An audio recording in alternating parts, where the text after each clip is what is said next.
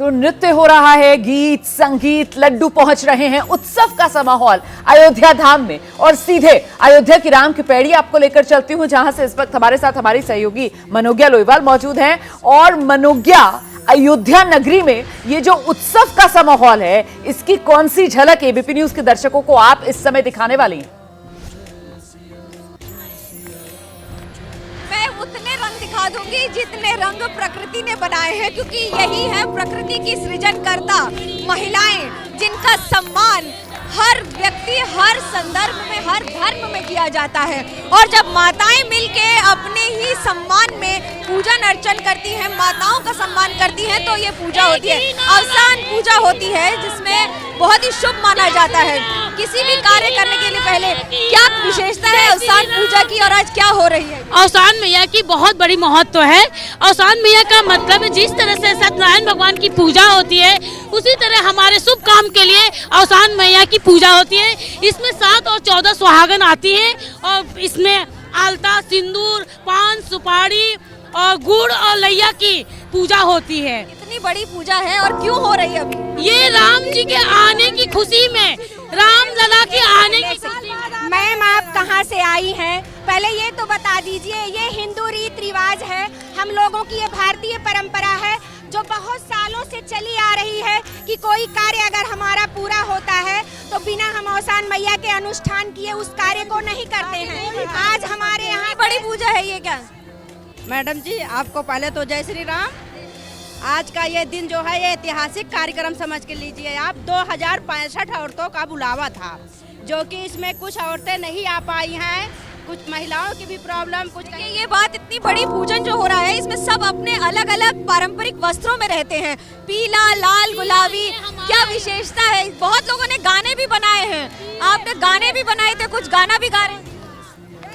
योगी और मोदी जी को बहुत बहुत बधाइयाँ, जो उन्होंने हमको ये दिन बताया। उनके लिए एक मंगल गीत।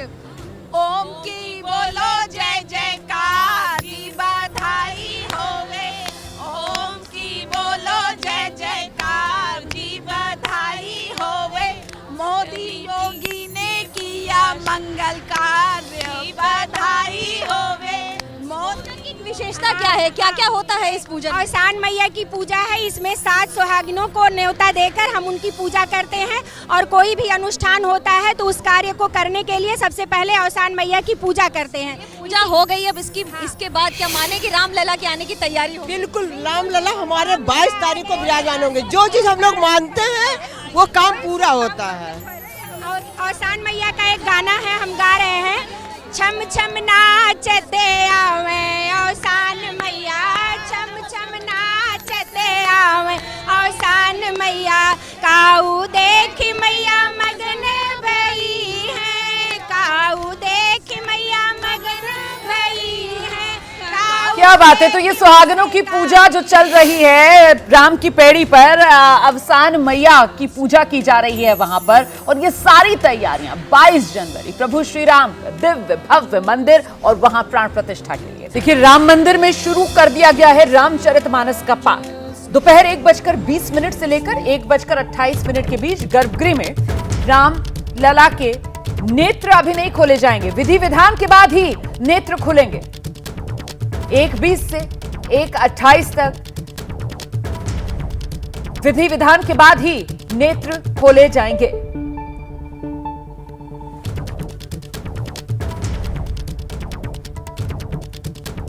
आचार्य अरुण दीक्षित हैं, जो मुख्य पुजारी लक्ष्मीकांत दीक्षित उनके पुत्र हैं। ये जो यहाँ पर जो वैदिक प्राण प्रतिष्ठा करेंगे उनमें से एक हैं। और ये सारा कुछ जो हो रहा है, अनवरत इसमें लगे हुए हैं। आचार्य जी, मुझे आज के बारे में बताइए, वो शुभ मुहूर्त क्या है जिस शुभ मुहूर्त में रामलला की प्रतिमा गर्भगृह में प्रवेश करेगी, और किस तरह से पूजन प्रक्रिया होगी? रामलला की प्रतिमा तो गर्भगृह में कल शाम को प्रवेश कर चुकी है, वहाँ रखी जा चुकी है।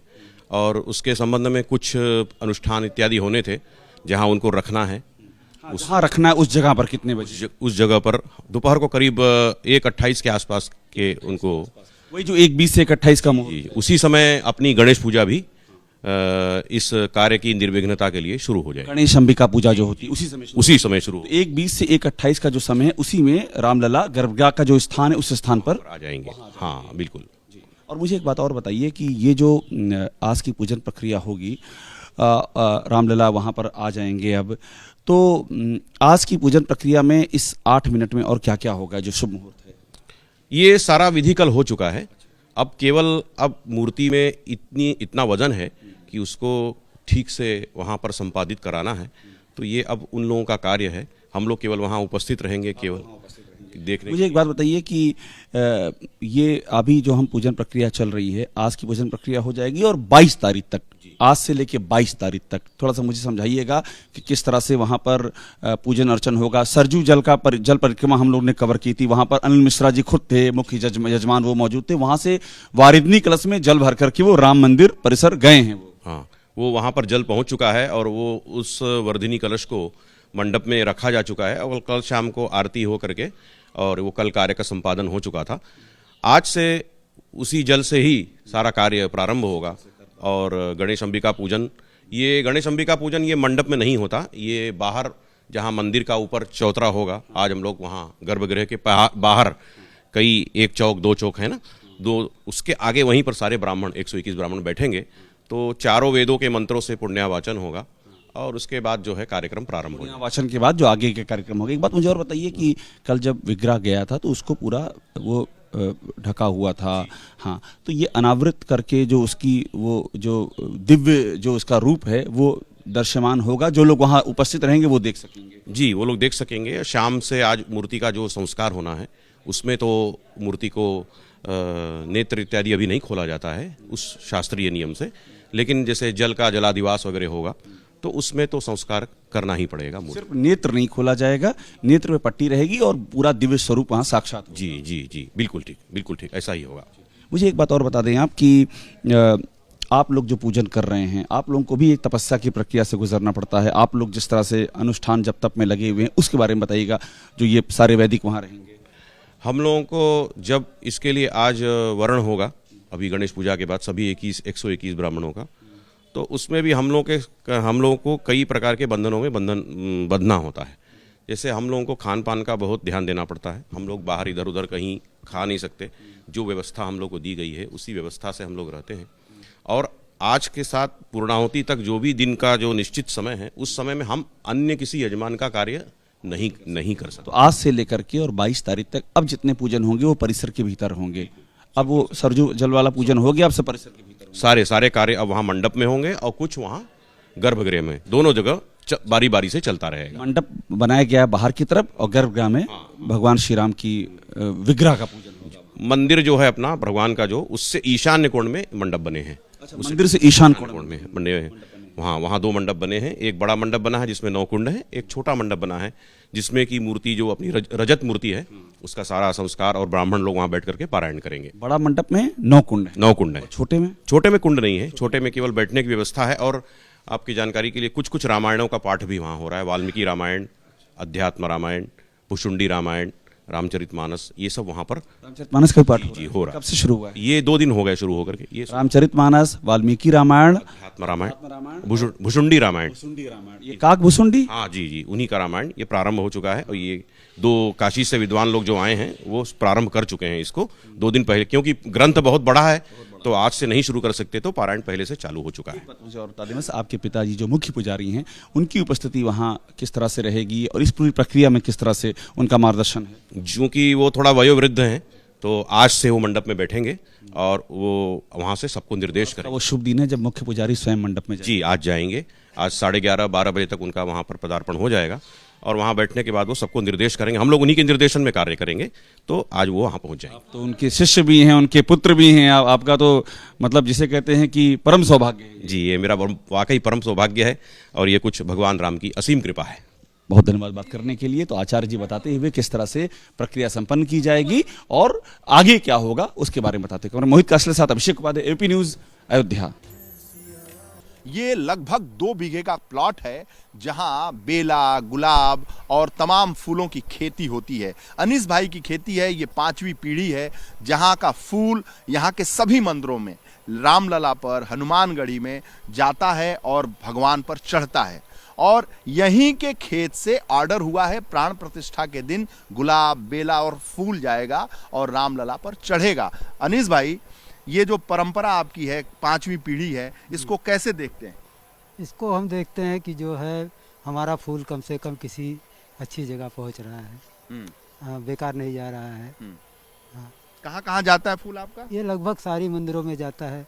कुछ मंदिरों में हम लेकर जाते हैं और कुछ माली के द्वारा पहुंच जाता है, लेकिन पहुंचता है मंदिरों में ही। मंदिरों में उस दिन के लिए भी ऑर्डर आया है आपके पास फूलों का? जी हाँ, ताज़ा फूलों का, गुलाब का ऑर्डर आया है।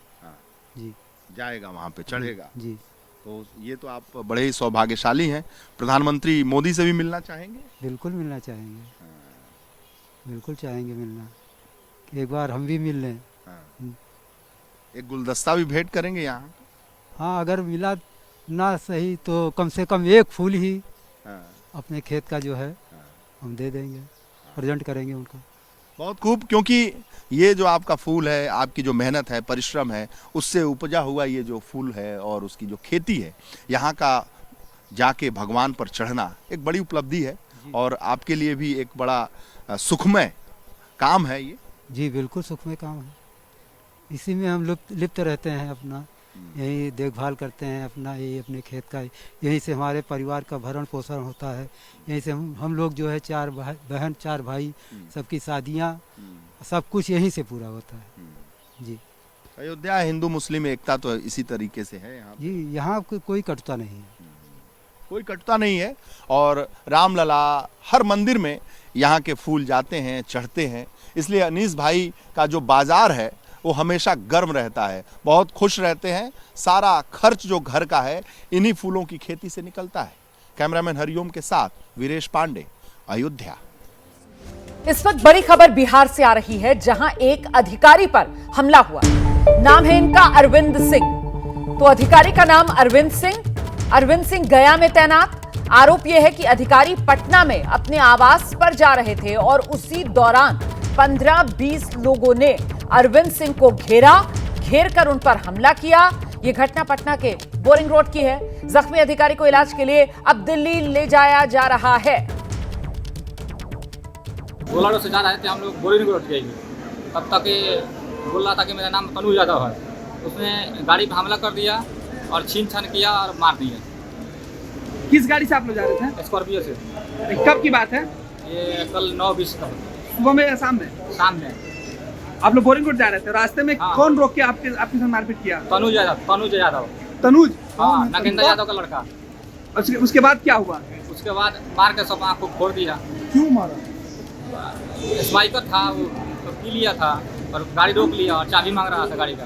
अब वो बोले, अरविंद कुमार सिंह बोले क्या के लिए रोक रहा है, तब तक मुझ पर हमला कर दिया। रॉड से सब कुछ दिया था उसने।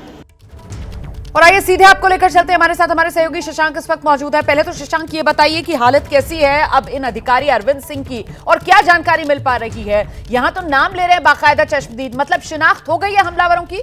कुछ कार्रवाई, एक्शन? जी देखिए, उनको रेल एम्बुलेंस से अरविंद को दिल्ली ले जाया गया है। अभी गंभीर रूप से वो घायल हुए हैं। हमला जो है वो तनुज यादव नाम के लड़के ने किया है।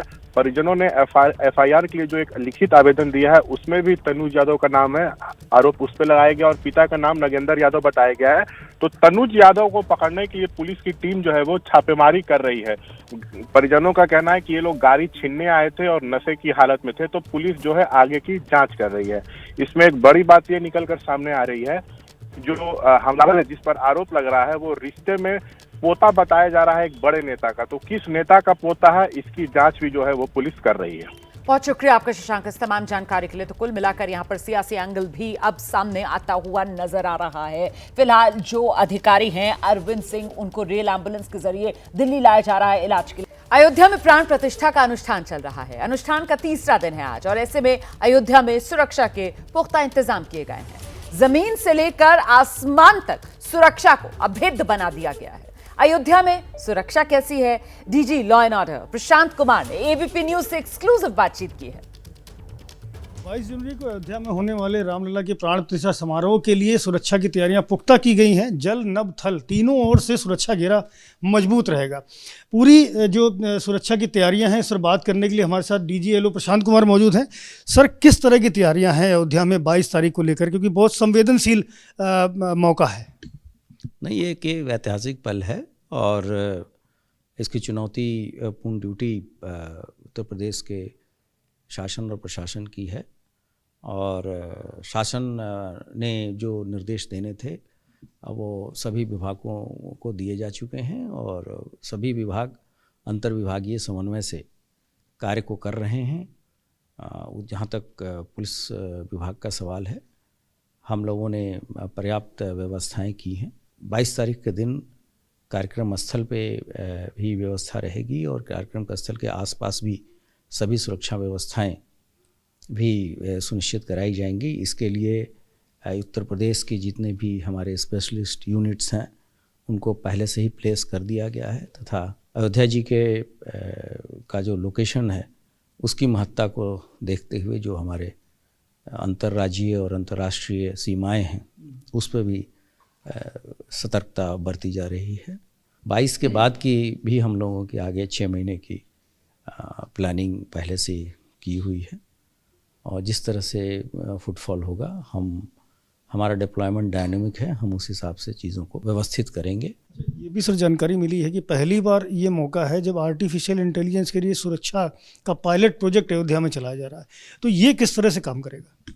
ये जो डिफरेंट मॉड्यूल्स हैं AI के और इसके लिए हमारे जो स्थानीय अधिकारियों ने अच्छा कार्य किया है और एक पायलट प्रोजेक्ट पहले भी उसको रन कर चुके हैं एक मेले के आयोजन में, तो उसका सदुपयोग हम लोग इस आयोजन में भी कर रहे हैं। हमारे पास वाटर स्कूटर भी है जिस पे कि पुलिसकर्मी लगातार भ्रमणशील रहेंगे।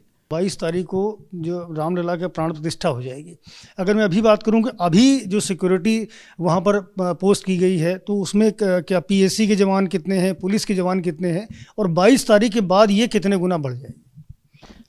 नहीं, जो मंदिर परिसर की सुरक्षा है वो तो एक सुरक्षा योजना के तहत होती है और ये सभी चीज़ें जो फुटफॉल होगा, कितने श्रद्धालु आते हैं, तो आवश्यकता के अनुसार उसी हिसाब से व्यवस्था की जाएगी।